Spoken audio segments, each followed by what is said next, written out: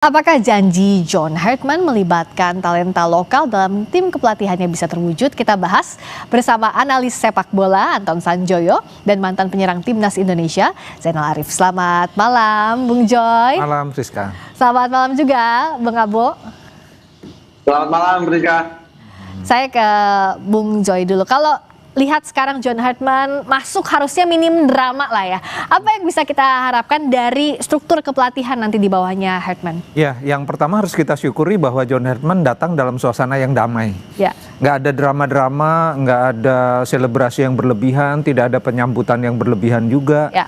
Jadi ini awal yang bagus ya. Dan dia bawa anak istrinya untuk tinggal di Jakarta. Saya rasa itu menunjukkan tekadnya bahwa dia memang serius untuk membuat, karena kan pengalaman dia dengan Kanada, dengan Selandia Baru, dengan Kanada yang putri, itu membuat tim yang biasa-biasa aja menjadi tim yang layak Piala Dunia lah gitu kira-kira. Jadi dan bersama tim Kanada putra kan dia juga membuat level permainan mereka, level FIFA-nya juga meningkat hampir 30 bar ya naiknya.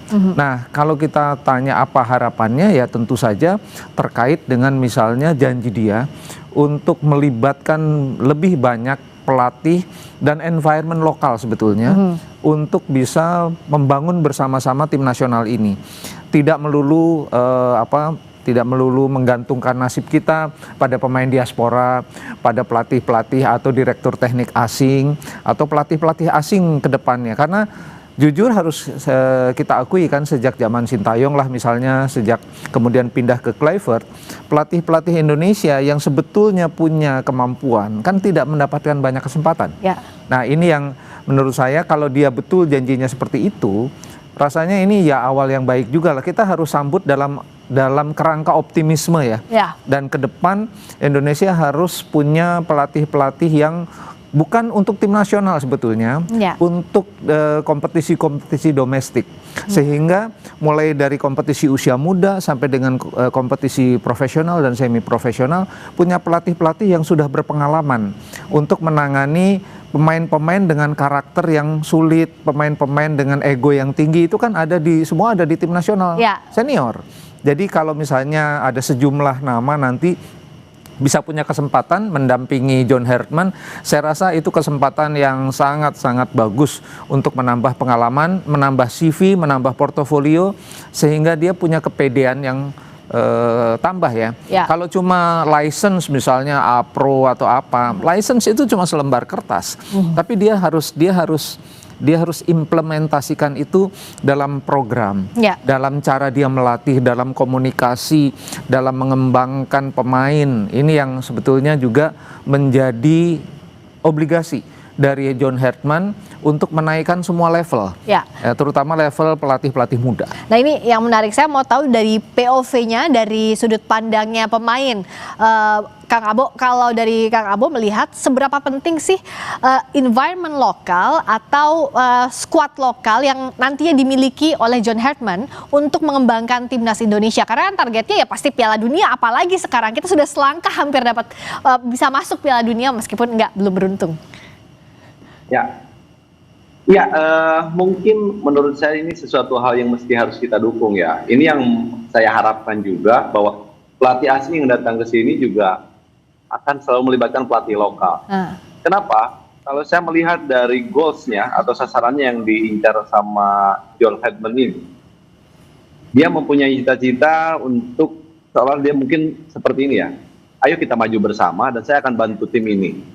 Kenapa? Karena mungkin walaupun selama ini dia juga mendapatkan tawaran dari negara lain, tetapi dia melihat bahwa Indonesia punya potensi, tinggal selangkah lagi untuk maju ke Piala Dunia. Ada sesuatu hal nih yang mesti di-challenge sama dia sendiri ya, bahwa tim ini mampu, dan saya punya trik khusus bagaimana tim ini bisa melaju ke level yang lebih tinggi.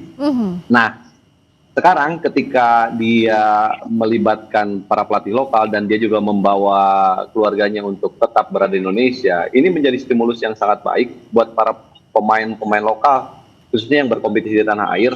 Ini menjadi catatan bahwa mereka juga punya kesempatan untuk mendapatkan kehormatan ketika dipanggil tim nasional. Dan saya yakin akan ada pemain baru yang selama ini belum pernah masuk ke tim nasional.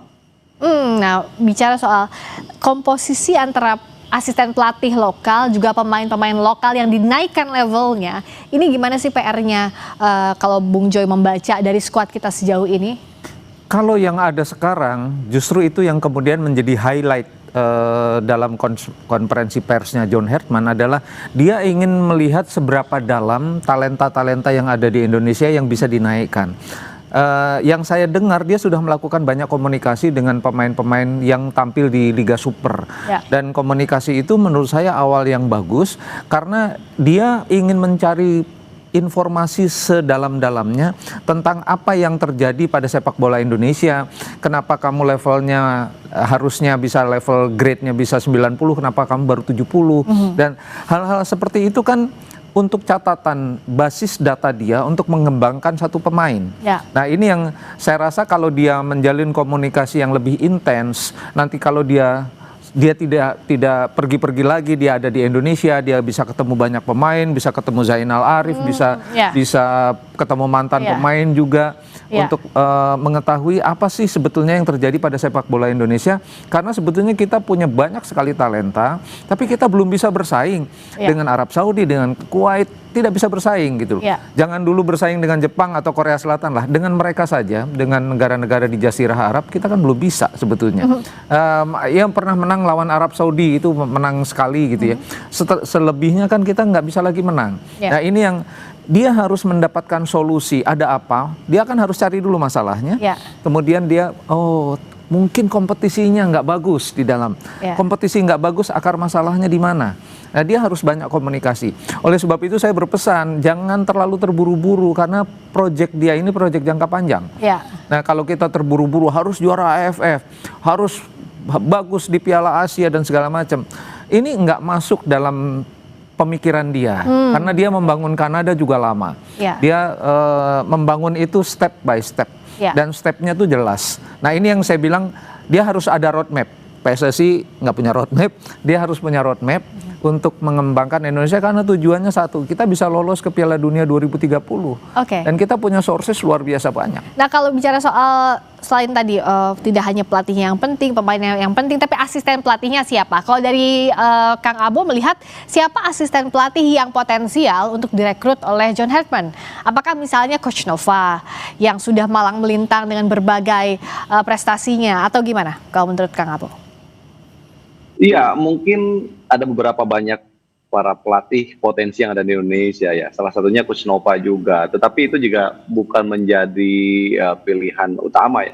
Banyak pelatih yang kemungkinan juga dipilih langsung sama John Hartman. Dan saya yakin dia juga akan memberikan assessment juga untuk para pelatih seperti apa kriteria yang dia butuhkan kan.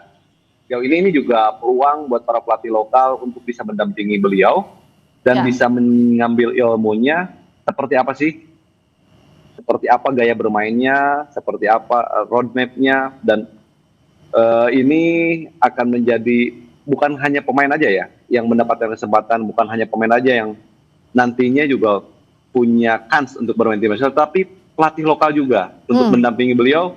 Saya kira ini sesuatu hal yang mesti harus kita dukung. Nah kalau dari jadi siapapun pelatihnya, siapapun pelatihnya ya maksudnya nanti. Nah kalau dari Bung Joy, siapa saja kira-kira nama-nama yang potensial untuk direkrut jadi asisten kepelatihan John Hartman? Tapi usai jeda, kita akan bahas di Sapa Indonesia Malam. Sapa Indonesia Malam masih membahas janji John Hartman yang akan melibatkan talenta lokal dalam tim kepelatihannya bersama analis sepak bola Anton Sanjoyo dan mantan penyerang timnas Indonesia Zainal Arif. Saya ke Bung Joy lagi. Jadi siapa saja yang berpotensi jadi asisten pelatihnya John Hartman, dan sebenarnya standarnya tuh apa saja sih yang harus dilirik ya, Bung Joy, kalau bicara soal standarisasi? Kalau kita bicara nama cukup banyak sebetulnya ya yang bisa menjadi kandidat asisten magang lah kira-kira sama John Hartman, karena harus kita akui dia kan punya reputasi yang sangat bagus meskipun namanya tidak terlalu dikenal. Nah tapi kalau kita bicara di pelatih lokal kan sebetulnya kita angkatannya Kurniawan aja, angkatannya Kurniawan di Primavera itu kan ada beberapa yang jadi pelatih ya kan dengan license yang cukup mumpuni.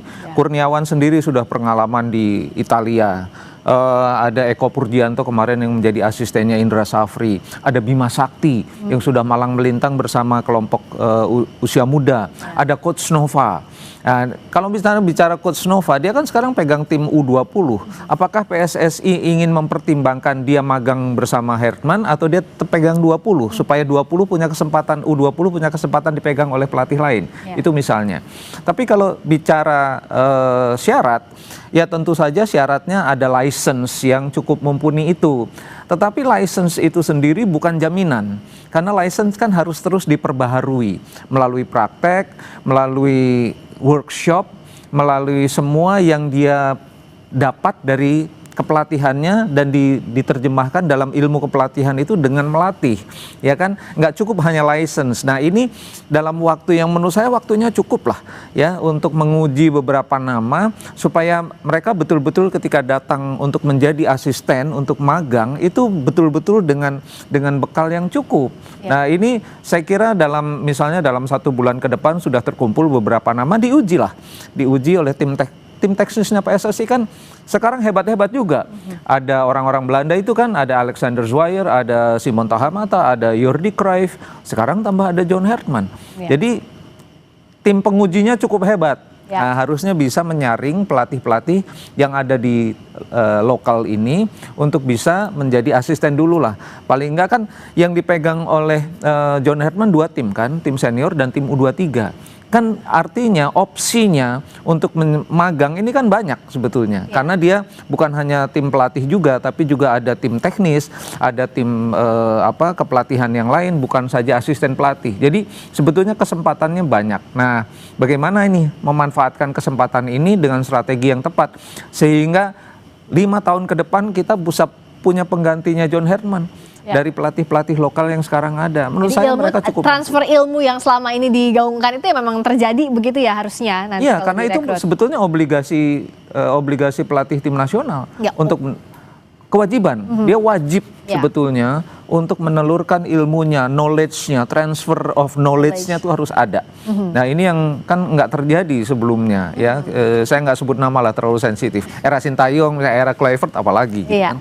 Nah, ini harus terjadi sekarang. Ini harus terjadi di eranya John Herman. Kalau Kang Abo misalnya mantan penyerang timnas, mantan pemain timnas lain ditawari jadi ada kesempatan jadi asisten itu sebenarnya sangat terbuka kan Kang Abo? Siapapun mungkin sangat terbuka, tetapi saya sependapat apa yang dikatakan tadi Bung Joy bahwa ada sosok Kurniawan, ada sosok Bima Sakti dan juga sosok Eko Purjianto. Mereka selama ini juga cukup kenyang pengalamannya dan dengan reputasinya, saya kira dengan posisinya. Sementara ini kan Kurniawan ada di depan, Bima Sakti ada di tengah, dan Eko Purjianto juga ada di belakang. Ketiga kriteria pemain pelatih ini kemungkinan sangat cocok ya menurut saya untuk mendampingi posisi John Herman. Kalau saya pribadi, sepertinya saya belum ada di diri saya untuk jadi seorang pelatih.